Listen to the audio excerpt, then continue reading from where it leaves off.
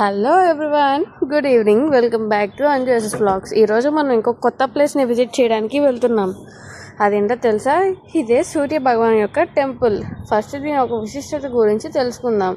సూర్య భగవానుడు సమస్త లోకమంతా పూజించే సూర్యుడు. ఎవరిని పూజిస్తారు? వెరీ ఇంట్రెస్టింగ్ స్టోరీ మీకోసం. సూర్యుడి శక్తే సూర్యుడికి ప్రత్యేక హోదాను తెచ్చిపెట్టింది. సూర్యుడిని మొత్తం 9 గ్రహాలకు అధిపతిగా కూడా పిలుస్తారు. గ్రహాలకు రాజు అయినప్పటికీ ఆయన ఒక్కడే భక్తుడు. మరి సూర్యుడు ఎవరిని పూజిస్తారు, ఎవరో ఆదరిస్తారు? ఇంట్రెస్టింగ్గా వివరాలు కథనంలో తెలుసుకుందాం. అంతకంటే ముందు సూర్యుడి జననం ఎలా జరిగిందో తెలుసుకుందాం. సూర్యశక్తే సూర్యుడికి ప్రత్యేకత హోదాను తెచ్చిపెట్టింది. సూర్యుడు మొత్తం 9 గ్రహాలకు అధిపతిగా కూడా పిలుస్తారు. గ్రహాలకి రాజు అయినప్పటికీ కూడా ఆయన ఒక భక్తుడే. మరి సూర్యుడు ఎవరిని పూజిస్తారు?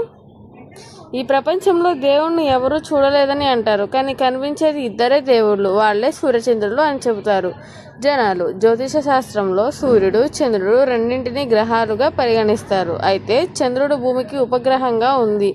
ఈ జ్యోతిష శాస్త్రంలో 9 గ్రహాలను సూర్యుడిని రాజుగా, చంద్రుడిని రాణిగా, మానసిక కారణంగా పరిగణించడంలో జరిగింది. సూర్యుడు లేకుండా విశ్వం మడుగున పడిపోతుందని ఊహించుకోలేమని సైన్స్ కూడా చెబుతుంది. వేదాలలో సూర్యుడి ప్రచారానికి ఆత్మ అని అంటారు. భూమిపై జీవి మనుగడ కారణంగా సూర్యుడు మాత్రమే అని.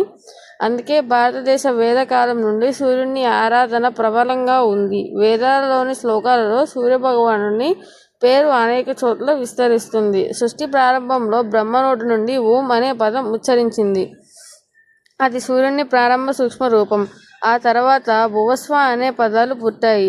ఎప్పుడైతే ఈ 3 పదాలు ఓం అనే దేహ రూపంలో కలిసిపోయాయో అప్పుడే సూర్యుడి స్థూల రూపాన్ని పొందాడు. విశ్వం ప్రారంభంలో జన్మించినందున సూర్యునికి ఆదిత్యం అనే పేరు పెట్టారు. ఈ సూర్య భగవానుని జన్మ కథనం కూడా చాలా ప్రాచుర్యం పొందింది. దీని ప్రకారం మరిచి బ్రహ్మ కుమారుడు మహర్షి కశ్యపుణ్ణి మరిచి కుమారుడు. అతని ప్రజాపతి దక్ష కుమార్తె దితి. దితిని వివాహం చేసుకున్న దితి నుండి రాక్షసుడు జన్మించారు. అతిథి దేవతను జన్మించింది. వీరంతా ఎప్పుడూ ఒకరితో ఒకరు పోట్లాడుకునేవాళ్ళు. వీరి పోట్లాటను చూసిన మాతృమూర్తి అది చాలా బాధపడేది. అలా ఆమె సూర్య భగవాన్ని పూజించడం ప్రారంభించింది. సూర్యుడు ఆమె తపస్సుకు సంతోషించి అతని కొడుకుగా పుట్టే వరం ఇచ్చాడు. కొంతకాలం తర్వాత ఆమె గర్భవతి అయింది. గర్భం దాల్చిన తర్వాత కూడా అతిథి కష్టమైన ఉపవాసం పాటించింది. దాని కారణంగా ఆమె ఆరోగ్యం క్షీణించసాగింది.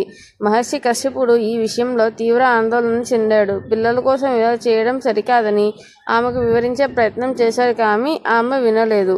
ఈ ప్రదేశం అంతా ఎంత పాజిటివ్ ఎనర్జీతో నిండి ఉందంటే ఒక గుడిలోకి అడుగు పెట్టంగానే అలా పాజిటివిటీ మొత్తం మైండ్కి అంటేసింది. చాలా ప్రశాంతంగా ఉంది. అలాగే కాకుండా మేము వెళ్ళే టైంకి కరెక్ట్గా హారతి అనేది మొదలుపెట్టారు. సో మేము గుడంతా తిరిగేసి అన్ని దేవుణ్ణి దర్శించుకొని హారతి కూడా తీసుకుని కాసేపు అలా ప్రశాంతంగా కూర్చున్నాం. సో ఇంకేంటి ఫ్రెండ్స్, మీ ఉగాదిని మీరు ఎలా గడుపుకున్నారో కామెంట్ చేసేయండి. అన్నట్టు ఇంకెవరన్నా మన ఛానల్ని సబ్స్క్రైబ్ చేసుకోకపోతే ప్లీజ్ సబ్స్క్రైబ్ బటన్ని ప్రెస్ చేసి సబ్స్క్రైబ్ చేసుకోండి. అలాగే పక్కనున్న బెల్ ఐకాన్ కూడా యాక్టివేట్ చేసుకోండి. ఎందుకంటే దీన్ని బట్టి మన ఛానల్లో ఏ వీడియో పోస్ట్ చేసినా మీకు వెంటనే నోటిఫికేషన్స్ వస్తాయి. So until then bye guys. ఇంకో కొత్త వీడియోతో మళ్ళీ మీ ముందుకు వచ్చేస్తాం. అండ్